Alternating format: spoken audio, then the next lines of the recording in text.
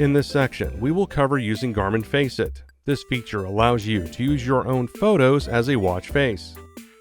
To get started, make sure your watch is paired with the Garmin Connect app. Then install our Garmin Connect IQ app to your compatible smartphone. Then open the Connect IQ Store app. Select Face It. Select the plus icon to choose a photo for the background. Select either camera to take a new photo or photos to search your smartphone. After you add your photo, select your watch face layout.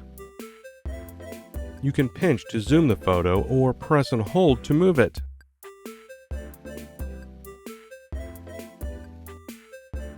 Data fields on a watch face can be moved by touching and dragging them where you want. You can also press Add to add more data fields to your watch face design.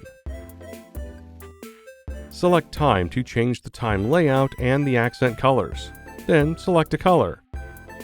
Once you are finished, select Save to name your watch face.